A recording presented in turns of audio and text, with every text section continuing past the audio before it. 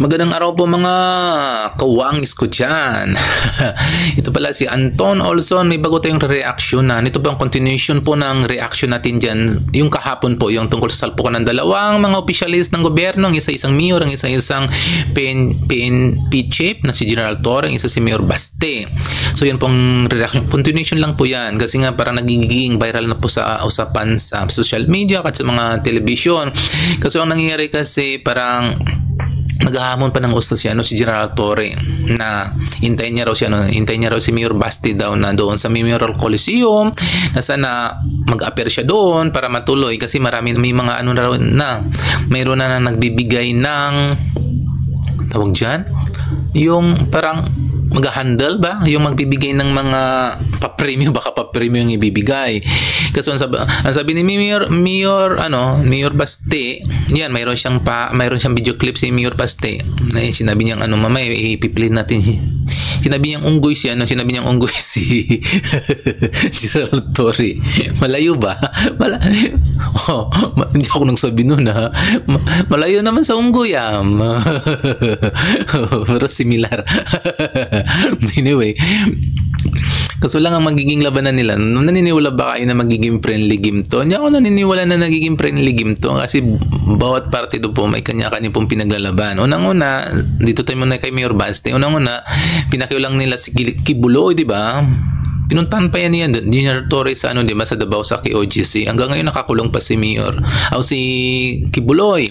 And then ang pangalawa, di ba, siya rin po ang nagdala kay Duterte papuntang The Hague, di ba? Hindi nila nga pinapasok hindi nila pinapasok si BP Sara, di ba? Kahit anak hindi niya pinapasok. So hindi po ako naniniwala ito ay magiging friendly game. Gusto ko kasi makakita ng dugo sa mouth. Gusto ko yung may dugo sa mouth. Kasi kung titignan nyo kasi, napakabata pa kasi ni Baste, 37, tapos ang isa senior citizens na. Pero kahit ganun, batak na batak po yung katawan ni General Torre. Tignan nyo, exercise ng exercise.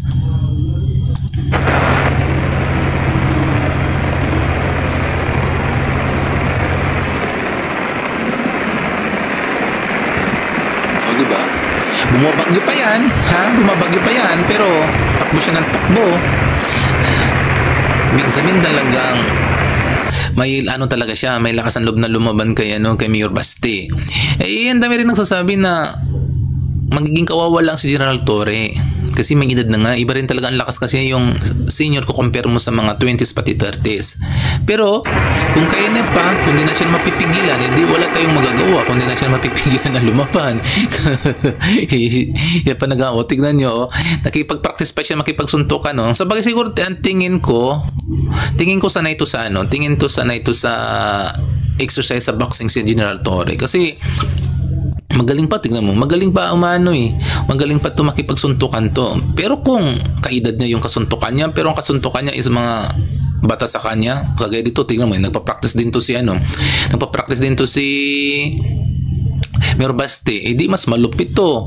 Pero ang pinaka malupit na na sinabi ni Mayor Baste, mamaya ipipili natin sa video clip dito po sa, kasi nga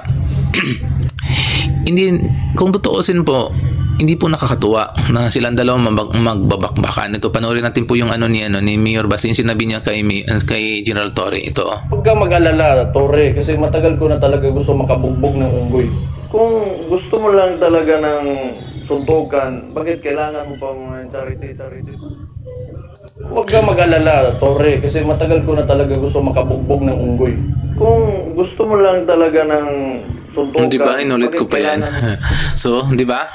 Ganun kaahanghang ang mga salita po ni Mayor Baste. Ang init. Mainit po.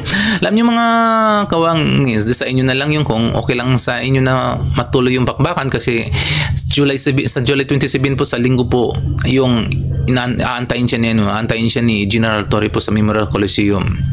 Ngayong linggo na darating po, di ba? Ang dami po nag-aabang. Kahit ako nag-aabang ako kung matutuloy. Pero ang tingin ko, Sana. Gusto ko talaga makakita ng may dumudugo ng mouth at sarap yung parang daig pa nila si ano, yung daig pa nila si Pacquiao. yung makipagsundukan. Pero ito kasi ang magiging sundukan nila dito, personal, hindi po to ano, personal kasi nga may kanya-kanya silang dinadalang baggage sa mga katawan nila. Kaya ang bawat suntok talagang may kasamang-sama ng loob. Pero maganda naman kasi ang kikitain nila ipapamigay nila sa mga mayroon namang positive side. Yung kikitain nila ipapamigay nila sa Bagyong Yolanda. Pero hindi pa rin maganda. Pero sa ibang site, sa mga nagsasabi na hindi rin magandang tignan kasi nga parang sila pa nagbibigay ng masamang imahe sa mga kabataan kung itutuloy nila yung ganitong salpukan. parang sabungan. Teka, kaso lang kung hindi nila mapigilan na yung nila ng damdamin, yung sama ng damdamin nila, edi tuloy nila. Tuloy nila. Baka, alam mo, viral to sa buong Pilipinas nila. Sa buong Pilipinas, baka mag-viral pa to sa buong daigdig kasi nagsuntukan yung dalawa. Isang general, isang mayor ang suntukan. Tapos sa susunod na araw, maririnig na natin yung Kongreso, pati ang Senado, naghamunan din nagsuntukan. Di ba? Ang hirap. Hindi na uso ngayon ang patot sa daan. Hindi na nga uso ngayon ang patot sa daan. Ang uso ngayon is talagang physical na Kasi di ba ngayon maririnig mo patot sa daan sa bawat kampo, makikita mo about television, about bigyan ng kanilang mga mensahe sa bawat kampo. Ngayon hindi na uso ngayon. Ang uso ngayon ay physical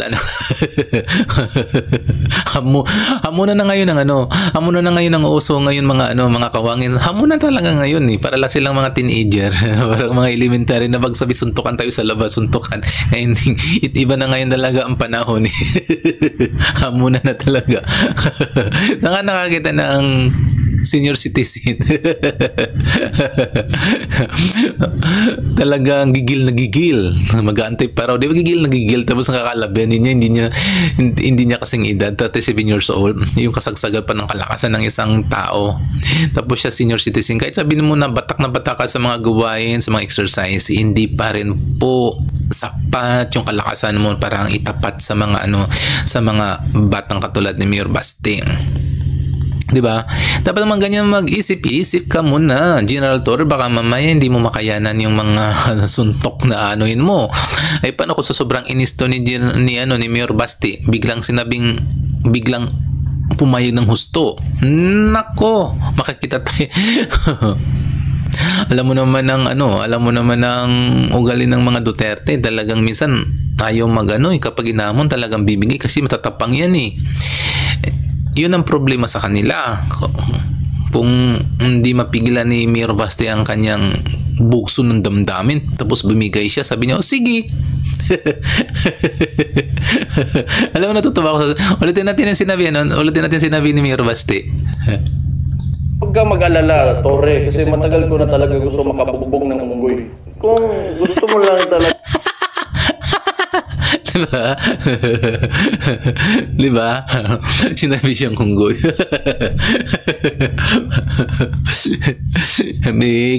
Kung sagutin siya, bakit? Sabi nila, nagaling daw tayo sa unggoy Nagganon naman ng evolution. Nagaling tayo. Anong tingin? Grabe naman to si Mayor Basti. Anong tingin mo kay General Torre? Mukhang unggoy? Hindi naman nangangahulog ang mag-unggoy. Si Mira lang naman. Di ba? Si Mira lang naman So sa mga tao diyan po, sa mga hindi pa nakaka-subscribe sa akin, nako, parang awan niyo na, subscribe naman kayo sa akin para meron pa tayong mga reaction na bibigyan ng pansin. Meron pa tayong mga taong iinisin. Di ba? So sa ngayon, bye muna mga kawangis. Ito po yung inyong bagong reaction